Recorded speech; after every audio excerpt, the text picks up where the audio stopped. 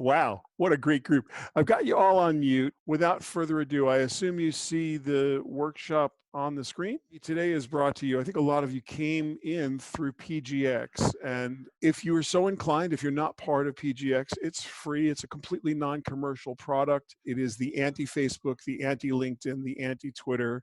And what we found is that people have been incredibly good about just trying to lead good conversations. So I hope you'll all come and join.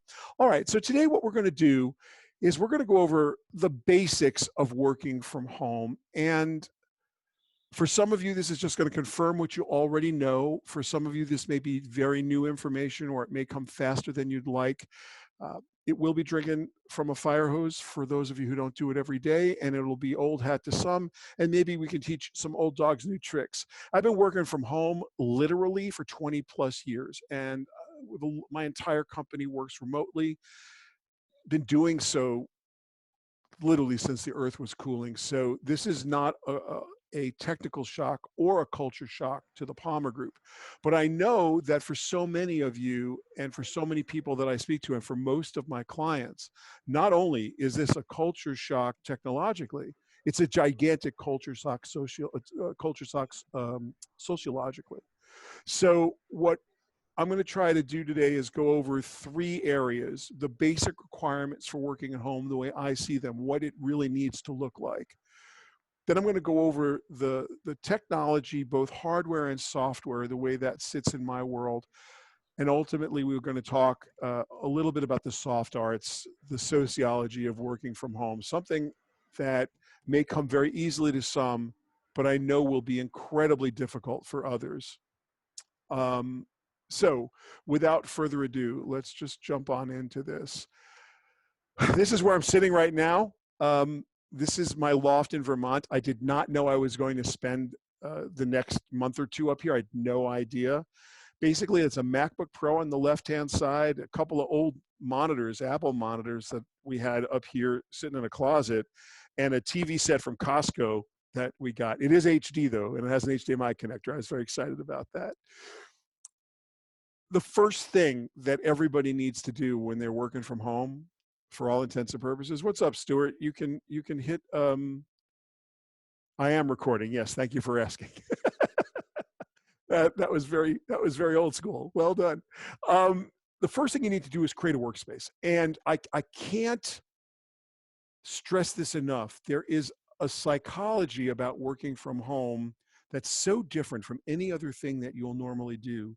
So creating a workspace, we're going to talk about that a lot today. We're going to talk about it in a lot of different contexts: the technological workspace, the sociological workspace, the psychological workspace. You have to have a place that you work, and you can discount this all you want. When I'm in an airport, I create a workspace for myself, and I'm in a lot of airports, and all of you know me know that I spend a lot of time in airports. I can go find a place by a socket because I'm always searching for power, cross my legs, sit on the floor with my laptop, and that's my workspace. But I have to have a place where I know that I am working. And that also, what's important about that is a place you can get away from. You have to be able to walk away from it. I'm done working now. I'm on a break. That space is critical. So I hope that you can create a space somewhere in your house. It could be Harry Potter's cupboard under the stairs. It could be a shelf in a spare. It could be anything, but it needs to be designated workspace, and it'll become more and more obvious to you why that is in a little bit. So let's go over the technology first, because it's the easiest stuff. It's very objective. There's not a lot of fluff to it. There's no right way to do this. I'm going to give you a couple of ways to think about it. You can make anything work. You can. We're going to try and make this work for you.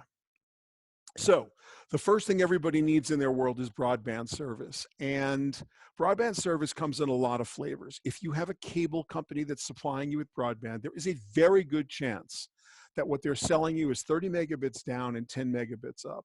Unless you've purchased a more expensive or more robust system from your cable company or your phone company, that's probably what they're giving you.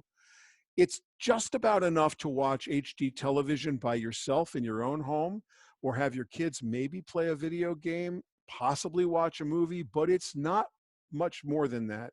And to do what we're doing now, it's impossible. Can't be done in a excuse me, a 30 megabits per second environment. So The good news is it's possible your company, if you work for a company, will be telling you to work from home. I'd call your manager and say, hey, I think I need 300 megabit service. And 300 megabits down from Spectrum, from Comcast, still only comes with 10 or 12 megabits up. This is a problem for the video conferencing we're doing right this minute once it gets hardcore. It's not so bad for what you're doing now. Almost every one of you is just individually on, and I can see you all very, very well. So I don't think you have to worry terribly if you're by yourself. 300 by 10 is going to work, 300 by 12 is going to work. If it's at all possible, you want to look into 1,000 megabit per second or 1 gigabit per second service. That's in practice going to be roughly 600 down. They usually sell it in the 35 to 40 megabits up. That's going to be enough to watch 4K if you have a 4K set, if you're watching Netflix, assuming they don't throttle us all back to SD like they're doing in Europe. It's going to be enough to do almost anything you need to do. If you have 4, 5, 6 adults in the house, like I do right now, if you have a bunch of kids running around trying to stream video all day long, play with their friends, gigabit service is going to work. Comcast is charging about $100, $110 a month for it. It's brutal, but I want you to think about all the technology today as an investment in how we're working. This is going to be the library. It's going to be the entertainment center, the movie theater, the schoolhouse, our place of business. It's going to be a lot of things. So you're investing against the future. You're not spending money. It was spending money and a grudge buy a minute ago. It's the way I'm looking at it. It's office space at this point. Now, wire this. Do not use Wi-Fi unless you have a great Wi-Fi router in the house or unless you're going to sit next to that router. You can do a speed test. Fast.com is Netflix's speed test. Xfinity has a speed test. You can test your connection at any time to see what you're getting down and up. Fast.com it's all free. It's going to tell you. It's going to vary during the day. It's never going to be the published rate. What I like to do is I like to use Netflix's fast.com all the time. The reason is I don't buy anything from Netflix. So if I'm on Xfinity and I'm using Xfinity's speed test, amazingly, I get great speed out of Xfinity. When I use Verizon's speed test when I'm on my Xfinity stuff, it gives me a different reading. Fast is a real easy one, fast.com. If your Wi-Fi is not killing it for you, and it may not be, the best thing you can do is wire an Ethernet connector into your computer. This is the old school way. So Cat5e is the cable of choice, I guess I would say. For most people, that's what they used to buy. And if you had an installation in the last 3 years, probably the cable that came with it's a 5e cable. We're up to Cat 8. Cat 6 will take you where you need to go. Cat 6A is another variation of it. 6 or 6A is the same. If you were to hire an integrator to come to your house right now who was going to integrate your smart home, that integrator would wire your house with Cat 7. It's 10 gigabits and 600 megahertz. That's what they'd wire your home with right now. Cat 8, you only need it if you know exactly what it is. So if you can get yourself from Amazon a Cat 6 cable, it's going to do it for you. Stick it in your router and then put it in your computer. You may need a dongle if you have a MacBook Pro like I do, the most wireless computer of all time. I have like 36 dongles for this thing. Tim Cook should be arrested. This is how you know what the cable is. You actually physically pick up the cable and you look at it and it says, this is a Cat 5e that I had in the house. And this particular Cat 5e is verified to TIA and EIA, but it only puts 100 megabits through itself on a test. So if you have a choice, Cat 6, Cat 7, that's where you want to be if you have a choice, and wire it. You will be blown away by the difference in speed unless your router is amazing. I will say that if you're using the new Google Nest router or the Eero router, the mesh routers, some of them do a little bit better, but not much better. Okay, once you're set up, virtual private network. Don't care who you are, don't care what you buy. There's a million of these. They're all roughly $100 a year. This is the security that you need to work from your house. If you work for a company, they're going to tell you VPN. They're definitely going to tell you which one to use. They'll have their own. If they don't, you want one right now. Any one of these will do. There's 20 others. If you don't know which, I don't endorse any of these. I don't care which one you buy. I use encrypt.me on pretty much everything. It's $100 a year. I have it on my iPhone, my Android phones, my laptops, my pretty much everything. It works well. I've used NordVPN in the past. It works well. Uh, it, they all basically are the same product. They're undifferentiated except for brands. There is so much written on the internet about it. Most of it, forgive me, it's 95% BS and 5% BS. You need one. Get one that your IT director recommends. If they don't recommend anything, just grab encrypt.me. It's super easy, and I can tell you that it works. I'm on it right now, so we're all good. All right, the computer itself. There has been a run on computers, according to the Wall Street Journal. Best Buy shelves have been stripped bare. People are just buying computers willy-nilly everywhere. I want to just go over what your computer needs to look like. If you're going to buy a computer to work from home, I want to go over what that should look like and what you should think about when you buy a computer. It's probably not what you think. Again, forgive me if this is stuff you know. This is a refresher course for those of you who are experts and maybe some new information. I should also say that if there's at any time anything you don't understand, email Shelly at shellypalmer.com. Feel completely free to shoot me an email anytime. Happy to answer any questions you have. This is one of those times in the universe where the karma police are on everybody's side. So we're gonna just do not think you're bothering me. I'm literally sitting in my loft in Vermont trying to just do something good for the universe. So if you need some help, just let me know. So first and foremost, the most amount of RAM you can afford, random access memory. I don't care what the rule of thumb you've ever heard is about 2 gigabytes a core per processor. That's all bunk. Never less than 16 gigabytes in 2010, in 2020 rather, and under, if you can get 16, 32 is better, 64 is better. You can't have enough RAM. It's one of those things where no matter how much RAM you have, there are 1 million gigabytes of RAM. It would not be enough RAM. Just all the RAM you can possibly get into your computer. There's going to be a logical limit, to be fair. At a certain point, 32 is probably enough for whatever you're doing. 64 is probably ideal. This is if you had to make a choice between a slower processor like an i5 with 32 gigabytes of RAM in it and an i9 with 16, that's an easy choice. Go with the RAM. RAM is God. God is RAM in your world. You will think your computer is working faster because, in fact, it will for almost everything we're talking about doing. If you're not computationally intensive, and if you are, then you're not listening to me right now. If you have a computationally intensive job, you know what computer to buy. For the rest of the human beings listening to me right now, get as much RAM as you can afford. You will be rewarded for it. The other thing you must have a great version of is the graphics processing unit, the GPU or graphics card. There's a reason when you're speccing out a new Mac and they say add $100 for this and add $1,200 for this GPU. The reason is that the graphics unit paints the screen and the cache for what you're seeing in front of you happens there. It's a separate processor from the CPU and the computer itself. So you absolutely want to have the fastest GPU you can afford. A lot of RAM and a great GPU is going to make you feel like your computer is way faster than it would be if you bought a really heavy-duty central processing unit. So yeah, i5, i7, i9 are equivalent.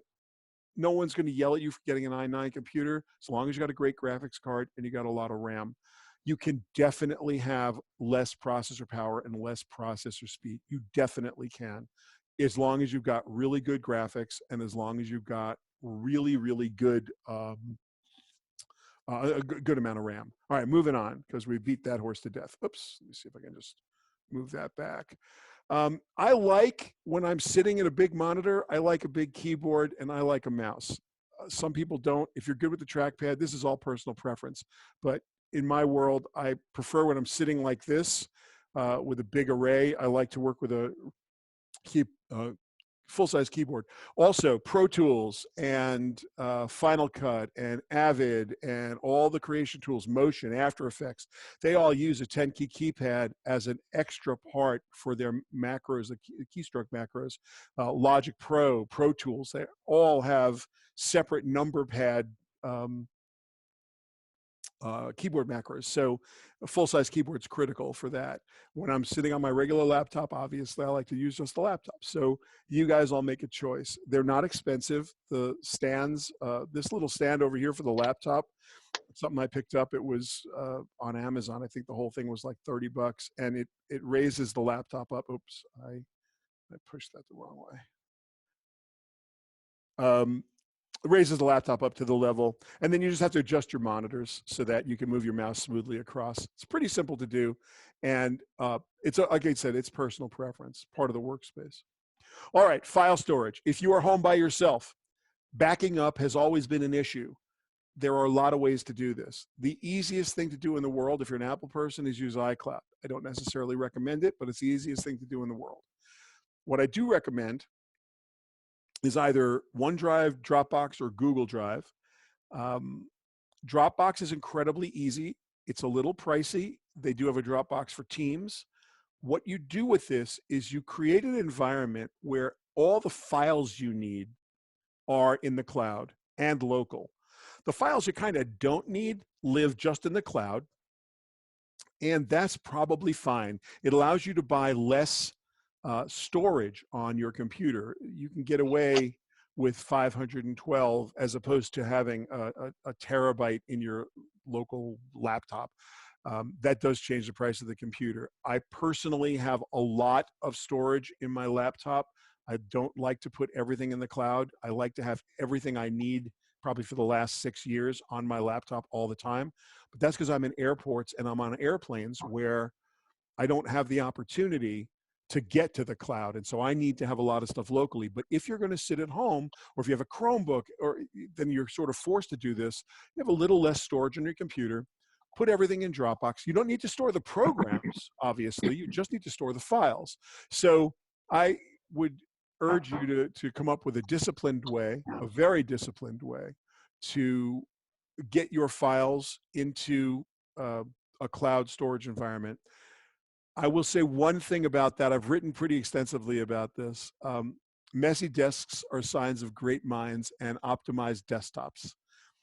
You don't ever need, and I mean never need, to sort your files on a computer into folders. You just don't. You may want to do that with client folders, but generally you can search something way faster than you can ever. So naming is important. Searching on a computer, if you name your stuff properly, moving stuff from folder to folder, that's meta work. So you're going to spend half an hour putting stuff in folders, and it takes you a quarter of a second to search it. So let me think. I spent 5 seconds deciding what folder to put it in and putting it there, and then forgetting what folder I put it in, and it takes me a quarter second to find it if I named it right. Name your files right. Don't worry about making a lot of folders. Get it up in the cloud so that you have it in 2 places. Life will be very good for you. Collaborative tools. There's only one collaborative tool set that I know you can work with a real team on across the board. It has a lot of limitations, but nowhere near as many as its competitors, and that's the Google Suite. You can put a whole team inside a spreadsheet, a whole team inside of a presentation, a whole team inside of a document. Everybody can work together at the same time in the Google Suite. You can kind of do it in the Microsoft Suite too. In both cases, you are making giant trade-offs. In Office 365, Excel is completely crippled. It is not real Excel. So if you are in a financial business, you have to use Excel locally. There's no way that you can ever use the Excel in the cloud.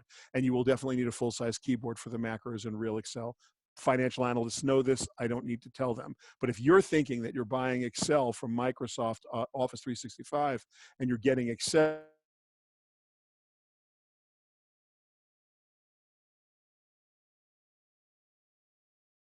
You've gone on mute, Shelly.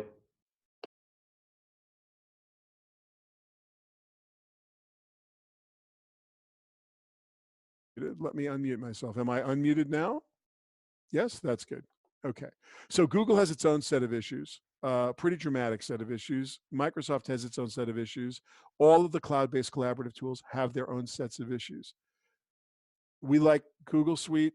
I've never really been fond of Microsoft because the programs are just literally too crippled. They get better all the time. Microsoft knows they have to make them better. They're making them better. They're not great. Quip is literally just a collaboration tool for the lightest of light work. The reason I put Dropbox up here is because they've recently done a thing that I don't hate. I don't like it, but I don't hate it. They have good version control. And so if you're working in real Microsoft Office, meaning the downloadable version of it, where you've got Word and Excel and PowerPoint living locally on your computer, and you've got team members, Dropbox now puts a little Dropbox logo up and it tells you who's edited it last, and you can get to the version control, sort of like in GitHub. It's actually very useful if you have to work in PowerPoint, which often you do, but it's even more useful in a big bad Excel document, because there you have to record lock and people have to be careful with one another. So that the Dropbox solution with real Microsoft Office, if you're an Office user, is not a bad solution at all. Certainly if you're working by yourself, this is a non-issue. If you're working with small teams and clients remotely, which we tend to be doing right now, everybody's working remotely. If you haven't done it, open up it's free to start, and then they charge you afterwards. Go get Google's Google Suite. Just open up a document with somebody and start playing with it. I think you really like it. It's super fun to do. Moving on, messaging tools.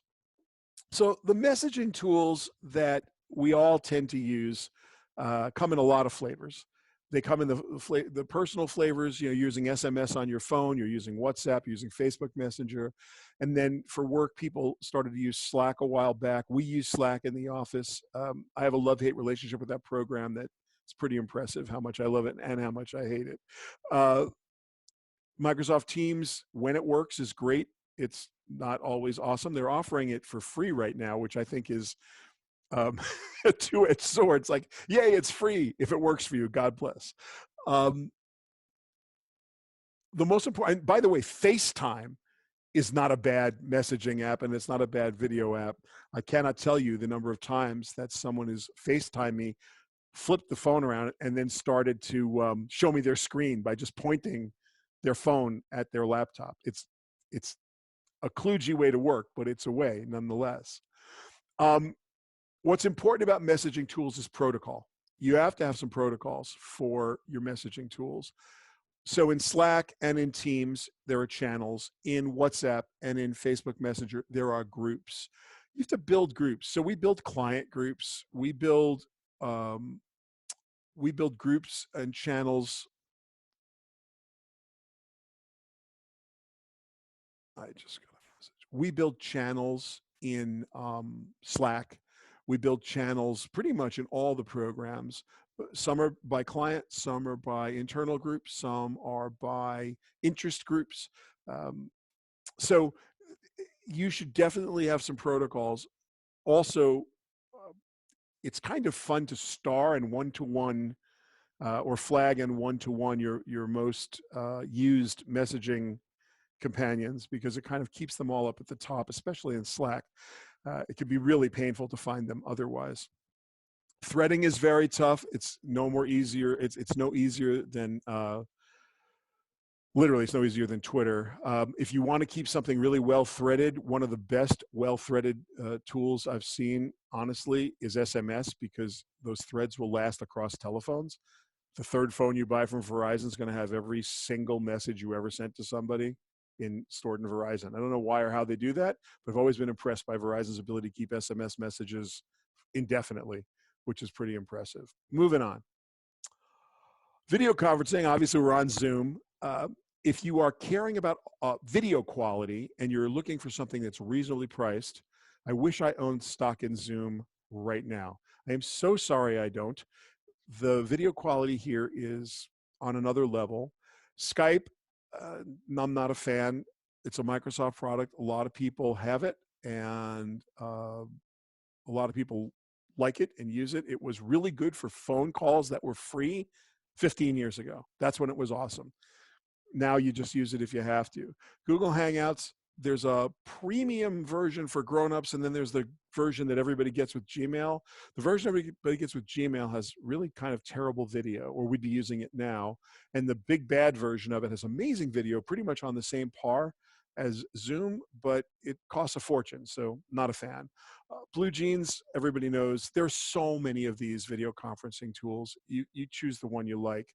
Zoom is really expensive if you start getting into it. I mean, it just is. They know how to charge for it. Blue Jeans 2. Probably the most economical thing on there is either Skype, not Skype for Business, Skype, and then Google Hangouts, the free version that comes with Gmail. You could be in for $5 a month in your Google Apps thing, and you got Google Hangouts, and it's a very workable solution. So, and by the way, if you have a multi-video chat coming up and you're an iPhone user, FaceTime is not a bad app. You have an iPad, you have an iPhone, you want to put 5, 6, 7, 8 people in a conference, that's basically free of charge, and it's as good as it gets. So you don't need to go crazy with these tools. There's plenty of them out there. For what we're doing right now, this could not be done at this quality in any of the other tools we discussed at this video quality. So, you know, Zoom is a clear winner there.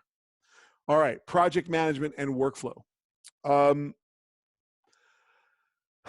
Airtable is one of the most interesting products that I have seen. And if you're working by yourself and you need to organize things that you've never needed to organize before, it's not a spreadsheet. It looks like a spreadsheet, and a lot of people confuse it as if it were a spreadsheet. It's not. It's a relational database that you can access in rows and columns. So you make tables, and the tables are related to other tables precisely and exactly the same way you would in a good old-fashioned relational database. If you don't know what that means, that's okay. There are plenty of online videos you can get to understand what a relational database is. And I can't go into it here, but what I will say about Airtable is that there are dozens, if not hundreds, of templates for things like project management, inventory control, message, appointment message, like any kind of organizational thing you would do, someone's written an Airtable template for that will not be that difficult for you to understand. And I think over time, it will inform the way you think about organizing your projects and really dramatically help you. So have a look at Airtable if you are working at home for the first time as an organizational tool, a scheduling tool, a scoring tool, any place you'd use a database. If you're a person that likes to make a lot of random spreadsheets, a lot of them, the best two tools are Google Sheets. If you, not financially, just if you make sheets for organizational purposes that you conditionally format and paint with pretty colors and organize in nice ways. Google Sheets, great. Airtable, mind-blowingly good. Where Airtable falls down is that it is not a spreadsheet. Do not treat it as one. It doesn't do things that spreadsheets do. It does things that databases do. That's a non-trivial difference. Worth a look, and I'll probably do an Airtable workshop in a week or so on a Sunday afternoon, so we can all get deep into Airtable if we want to, because it's a really good program. The other three things up here are very normal workflow programs. Trello is a Kanban, so is Jira, so is Clubhouse. These are scheduling tools that people use for agile computer software development. There are so many scheduling workflow tools, I can't even start to make a recommendation. Many of you came from big corporate, you lived in a waterfall world where things were Gantt charted out. And I'm sure there was some friction somewhere in your life about certain teams starting to work agile and all of the silliness that went around the cultural shock of putting Kanban people here and putting waterfall people here. I'm not going to get into that today. Trello, Jira, Clubhouse are really good scheduling programs. I will give you one admonition when you work at home. Do not get confused. The difference between work and meta work is profound. You spend 25 minutes, a half hour organizing your work in Trello or Jira or Clubhouse, you're going to think you spent a day working, and you will have accomplished nothing. You will have made lists. I would much rather see you take a pen and paper, literally just take a pen and paper and write down what you have to do today with a funny checkbox next to it. You're going to be faster and better off than doing all of the silliness. Unless you're running a team and you're a professional project manager, when you work at home, the project management we're talking about doesn't make any sense. Now, if you are scheduling workers, if you're scheduling external workers, if you've decided that in your new work from home environment, what you're going to do is you're going to go to Upwork and you're going to get somebody who's a copywriter, and you're going to go over to Behance or Designer, and you're going to get someone to make you logos or do your whatever it is they're going to have them do. They're going to do your artwork, and you're trying to basically manage a large, or I should say, a really remote team of people that don't normally report to you, that you just want to get your hands on. You can start talking about Trello there. You can start talking about Clubhouse, maybe the easiest one to use. It's the least number of clicks and craziness. You also might want to think about Airtable or straight up Google Forms and Google Sheets, which are all free, and they're also so intuitive to use. It's crazy. So think about your project management workflow a little bit differently than you did when you sat in the office with a whole bunch of other people, because many of us are used to working with project managers whose their full-time job is running the Jira board or running the Clubhouse. You're working by yourself now. You don't need to do that quite the same way. It doesn't mean you don't need to be organized or that your workers don't need to be accountable and organized. It simply means you don't necessarily need to spend that kind of time project managing. Lastly, scheduling. I just put one up here, Calendly. If your admin is no longer available to you at the way that your admin was available to you, Calendly is fantastic. It'll integrate into your Outlook calendar. It'll integrate into your Google Calendar or your iCal or your Apple Calendar. Basically, you set up a set of parameters in Calendly when you're available, when you want to be available, and you send someone an email, and they pick the time that you're available, that they're available too. It just absolutely takes the admin's job away. It makes scheduling incredibly simple. It is, I'm going to say, slightly annoying to mildly painful to set up. It's not complicated. You just have to go in there and say, oh, am I going to be available Thursdays from noon to 1? Nah, I want to have lunch then. Do I do yoga at 8 o'clock in the morning on Tuesdays? Yeah, I can't be available then. So you have to kind of translate your universe into Calendly so that it can help you. But once done, and of course you can always on the fly change it. Once that's done, you literally hand somebody a link and say, these are the times I'm available. And Calendly will actually recommend sometimes to people so that you don't even have to type that into the email. It just does it, which, by the way, is quite a plus. So I'm not pushing it. I don't own stock in Calendly. I don't even know they're publicly traded. And we don't use it that much because I have an admin. But when we do use it, I have loved it. And it is really a time saver. Moving on. Okay. The next half hour, the last half hour of this workshop, we're going to talk pretty much about the soft arts. Does anybody, by the way, I thought there were only going to be 20 people here. There's 143 people in this room. Does anybody have any questions about anything that might be helpful to a larger group of people than just yourself? If it's like your own thing, just send me an email or text me. But does anybody have a question that might help the group or didn't understand something I said? You can press your space bar to unmute yourself and ask the question. If you raise your hand, I'll call on you. Stuart Lipson. Hello there, Shelly. Thanks for doing this. As I said to the group that I invited, I knew I was going to learn things. Google Suite, how do we know that they can't see what we're doing and that our stuff is safe? Yeah, that's a great question, Stuart. Thanks for asking that question. It's funny because yesterday I had a Delta Airlines flight attendant write me a note, and she said, Delta just made me reload their new app on my phone, and the warning message dialog box says that they can see everything on my phone. What should I do? And I said, quit your job. It's their phone. It's like, of course they're going to see everything on your phone. With Google, Stuart, all I can say is that they literally swear that they anonymize and use the stuff only that they see to enhance the quality of your internet enjoyment. My thinking has so highly evolved and so dramatically evolved over the years about data. I'm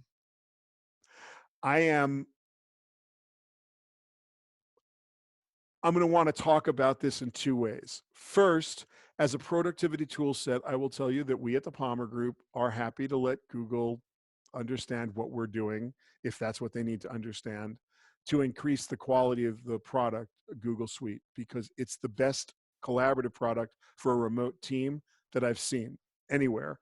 And if there was a better one, we'd be using it. I will tell you that when Alexis, who runs our client services group, she's on the phone, and Joey's name is up there. Joey's there. He's here too. Joey works in New Jersey. Alexis works in the Upper West Side, and I work in Midtown Manhattan. And the number of times, and one of our other MDs lives in Westchester, the number of times the four of us have been in one document at the same time, cramming on it. And Joey, God bless him, is a better proofreader than I'm ever going to be. You know, he's in there correcting formatting and making sure that the grammar is right. And Alexis is arguing with me about, you know, how no one's going to understand this because I'm talking in Martian. And Larry is doing something else in another paragraph. Like, the coming together at that speed, it's unbelievable. And you just can't do that in other places. So if Google's going to have to look at my data to help increase the quality of that experience, I want them to increase the quality of that experience. What I really want them to do is simply be able to store sorts in Google Sheets, which they, for some reason, can't figure out how to store a sort. I was about to curse and I decided not to. So anyway, because it really pisses me off. But at the end of the day, Stuart, you know, we're living in a world where assume nothing is private. I'm not sure Google is really the evil empire. Yes, I am. But there's nothing I can do right now. I have to work from home. And yeah, they're the evil empire. And I assume they're going to watch I don't live in China. We don't live there. But I don't know how private this stuff is. I really don't. They say it's private. I don't know how private it is. Could I ask one other question? You said you have 140 people here. If we have Zoom at the $16 a month level, which is just not paying for extra storage beyond the 1 gig, what do you think? Do you know what the cap is on that? The storage, do you mean? Oh, no, not the storage, number of people we could have. On the lower priced, what they call, I think the is Pro that plus a Pro. Okay, so the $14.99 one, the one that has that you can buy as a single host, which I think is $14 for the year or $150 a year. It's 100 participants in a meeting like this. So or you can spend an extra $50 a month or $100 a month, and you can get up to 1,000 participants on that. The next thing up is not for solo practitioners. The next thing up, you need a minimum of 10 people at $20 a month. So they're looking for $200 a month as a base, which they'll charge you annually. And then that comes with 300 participants in a meeting. They also have at Zoom on the level that we're all on right now, you can spend $40 extra a month and buy their webinar package. That allows you to have like 10,000 people watching a webinar. Now, I wanted all of you to be able to talk to me the way we're doing it now, because I think that's important, because I want to make these workshops. I don't want to really make them, I didn't expect 144 people high, but ordinarily in a 30, 40 person meeting, people can talk and we can make them more interactive. We can actually have this interactive now.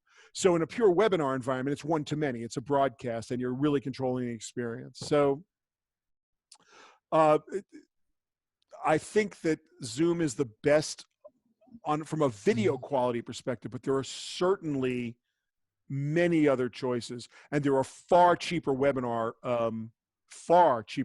tools out there.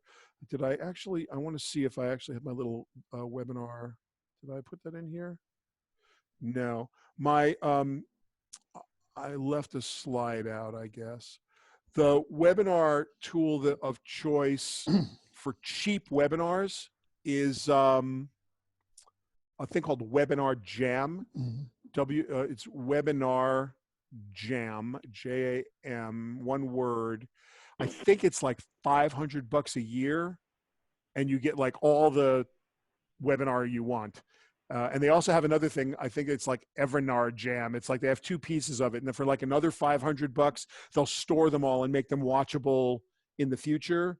Now, the problem I have with Webinar Jam, not to pick on them, I've paid them the money. I could have done this that way today.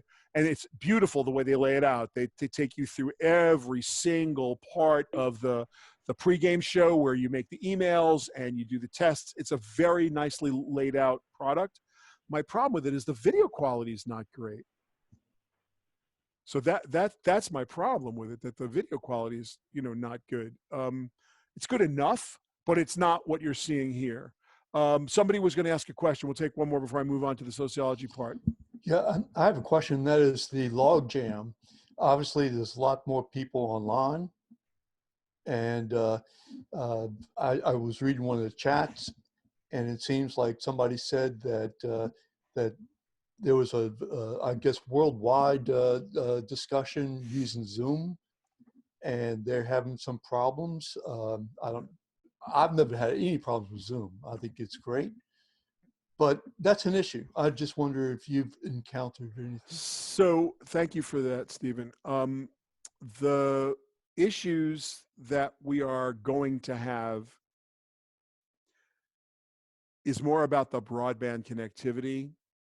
Video bits, I want you to think about this for a second. When you download a Word document or a PDF file, the computer doesn't care how the bits get there, right? The bits just have to get there. So if it gets there in 1 second or 3 seconds, it doesn't matter because you won't open the file until the file is formed and the handshake between the sender and the receiver is done. Then your file is living on your computer and it's error checked and you can open it. But when a video file comes to your computer, it comes like this. All the bits have to hit at the same time. If it doesn't, you get the little buffering ball, right? And you sort of see the blue circle of death and you're waiting. So the kind of connectivity when you open a socket to a video server that you need is very different than when you're just getting a file from a file server that can come in as it feels like coming in. Another thing that's problematic is that there isn't always enough bandwidth at any given moment because it's a fluid environment. So what they do is they bit shape and they throttle the traffic. Now, if you watch Netflix closely tonight in your home at about 8 to 10 o'clock, which is prime time, and I mean closely, not like from across the living room on a small screen, get up close to Netflix just for an experiment, and you will see the resolution of frames go in and out. Some are coming in full up HD. If you're watching 4K, some are coming in full up 4K, and others aren't. And it's imperceptible to you because they're throttling it just enough. That has more to do with the way your broadband connection is taking in the signal and the pre-buffer than it does with their ability to send it. So we've never taxed the internet like we're taxing the internet right now. And it's going to take a minute. It's going to take a minute to figure all this out. The bandwidth exists. This we know. The question is, do all the switches exist? And the network topology is the we never, ever talk about, ever. We never talk about it as a group, the network topology. But the network topology is the network. And, Verizon's going to show us, and Comcast's going to show us, and Sprint and T-Mobile and Crown Castle and all those guys are going to show us what they're made of right now, because this infrastructure that we've all been bitching about for years, oh my God, I can't believe how expensive XYZ is. Let's see if that fiber is worth the money we've all invested in it, because we're going to tax it right now. All right, I want to move on a little bit if we can. Just want to talk a little bit about the sociology of working from home. Working from home culture and what I think are best practices, and of course, how to stay productive in the environment. So again, we talked about creating a space. I cannot stress this enough. And the reason you need to create a space for yourself is that you need to be able to go to work and you need to be able to leave work. You're going to think that's soft arts. Maybe it has to do with EQ. Maybe it's, you're too cool a human being to do that. No, you're not. You need a space. You also need to keep regular business hours. And I am dead serious. I have been doing this 22 years from my house. It's 9 o'clock in the morning. We're open for business. It's 5 o'clock at night. We're closed for business. Now, does this mean I don't have a, quote, pager in the old days, and now I have a smartphone and text messages and there isn't an emergency hotline? As a matter of fact, I used to be on call for all of my clients. I see Mike Donnelly there. I used to be on call for all my clients all the time, 24/7, 365. And about 15 years ago, I woke up one night and I said, you know what? I've had enough of this. I'm going to train the new clients. And here's how I'm going to train them. We're not doing surgery. We're not doing, this can wait till tomorrow morning. I understand you need me right now when it's 9 o'clock at night. but I don't need you right now. So I've trained my clients over years. Real business hours keep you sane, and they're very important. Nowhere near as important as your morning ritual. I don't know if you have one. I do. I get up. In a perfect world, which we do not live in, I like to have a cup of coffee. I like to read the New York Post in print, starting with page 6. It's very important to me. Then I need to read the Wall Street Journal.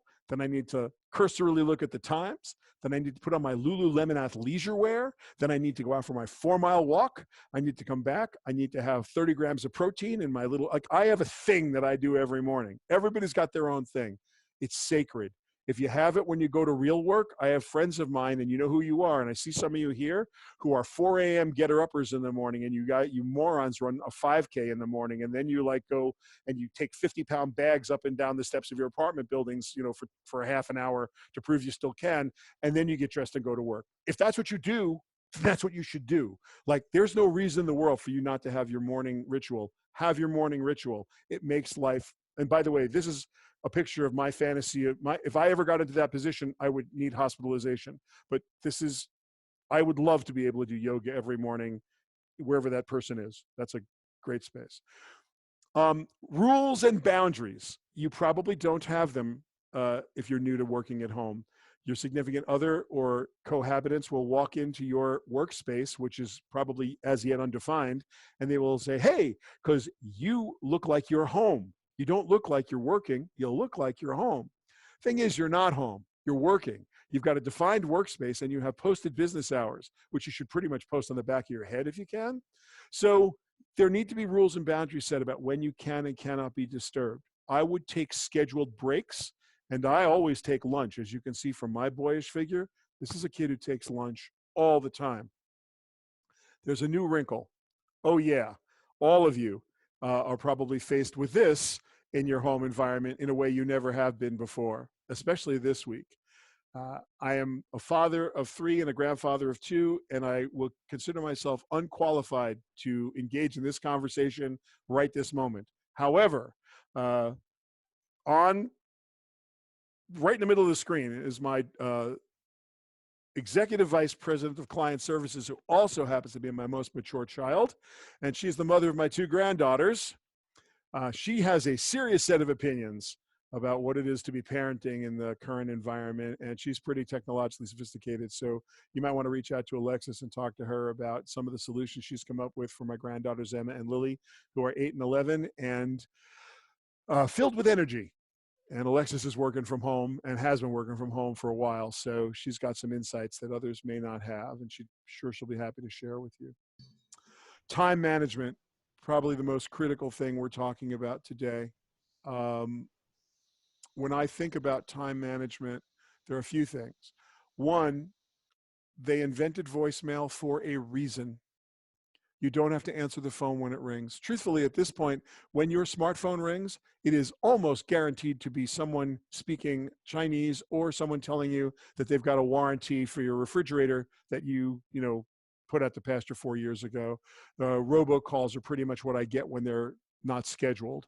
So speaking of scheduling, I schedule every single phone call that I get as if it were a conference call. And I have a conference line. Any of you, and I know a lot of you have, if you call the number, the conference bridge that you're given in our meetings, it says, welcome to the Shelly Palmer Conferencing Center. Everybody goes, oh my God, you have your own conferencing center. It's like, no, I have freeconferencecalls.com, and you can put an MP3 file in there, and it says to the people who come to the conference line, welcome to whatever you want. So you can make it sound as big as you want it to sound. I schedule calls.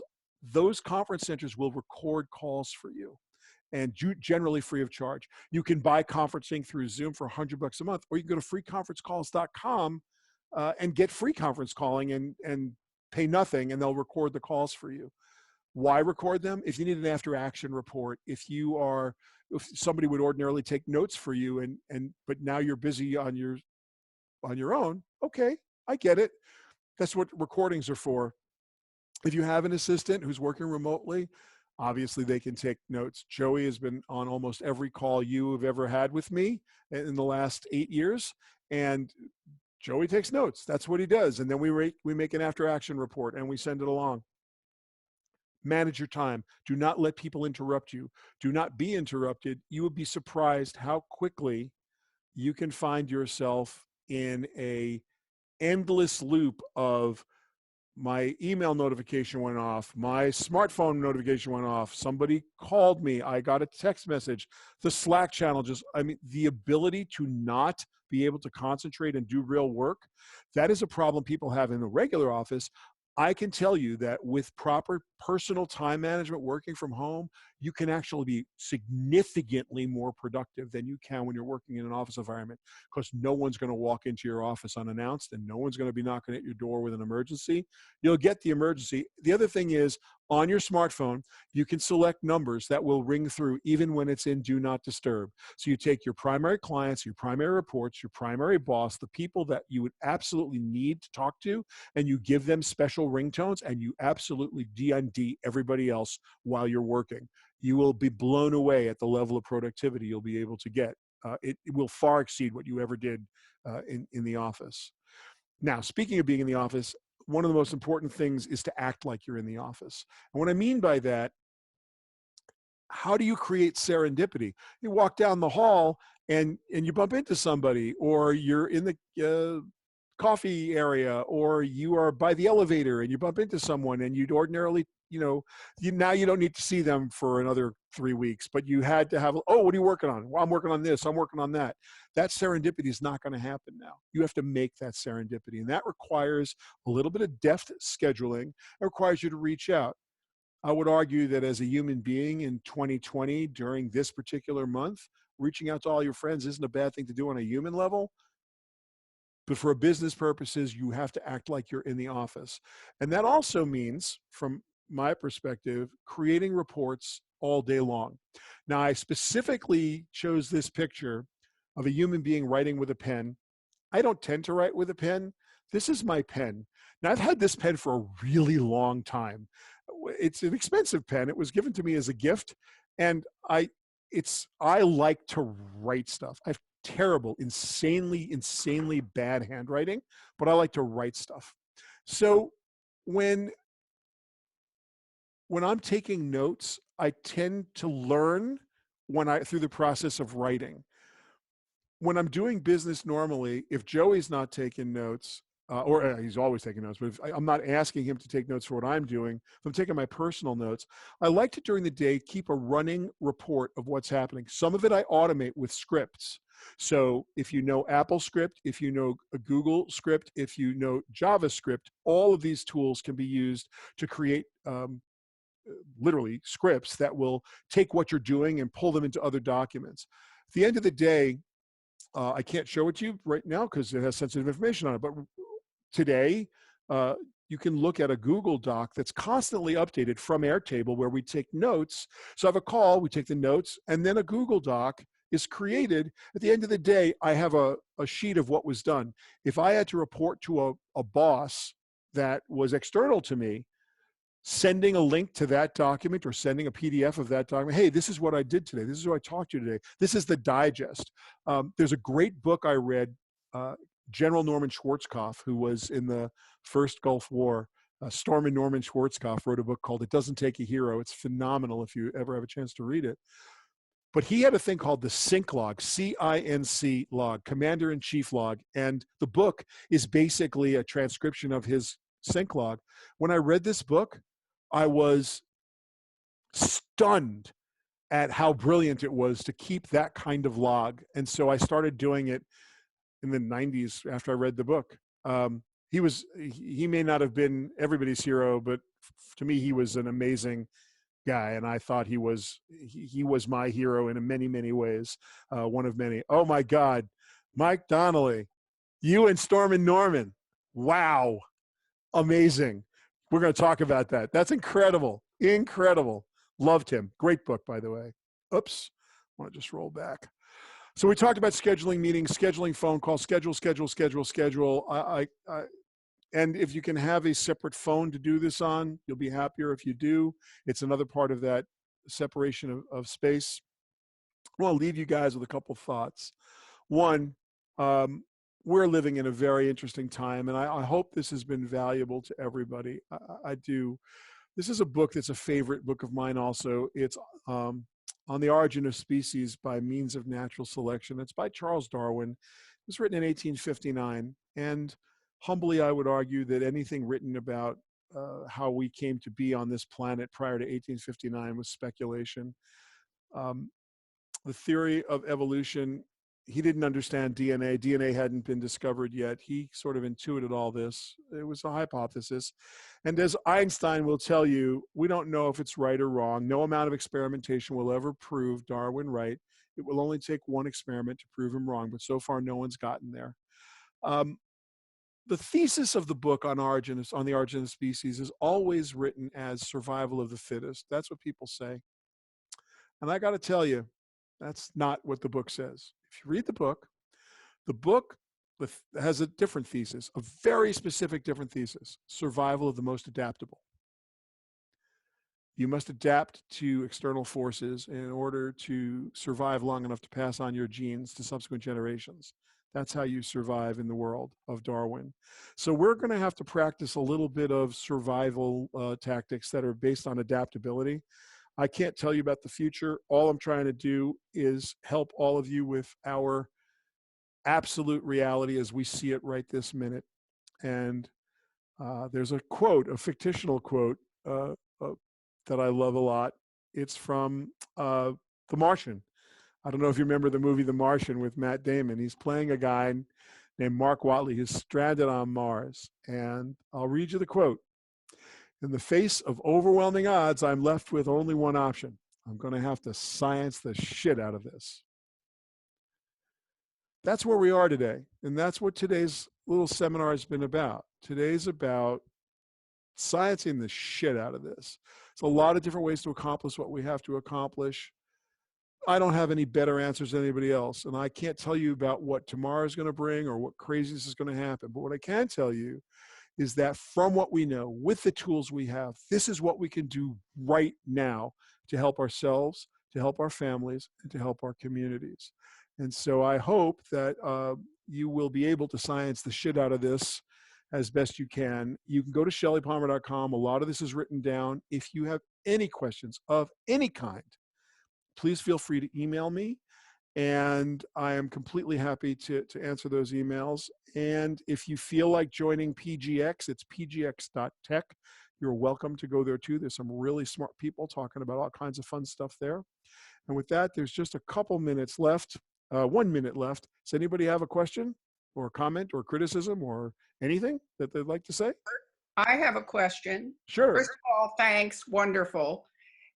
Could you either now or in another thing or email me, discuss the deep dive of pros and cons of WhatsApp? I have an India-based client who loves to use it, but I've heard terrible issues of security.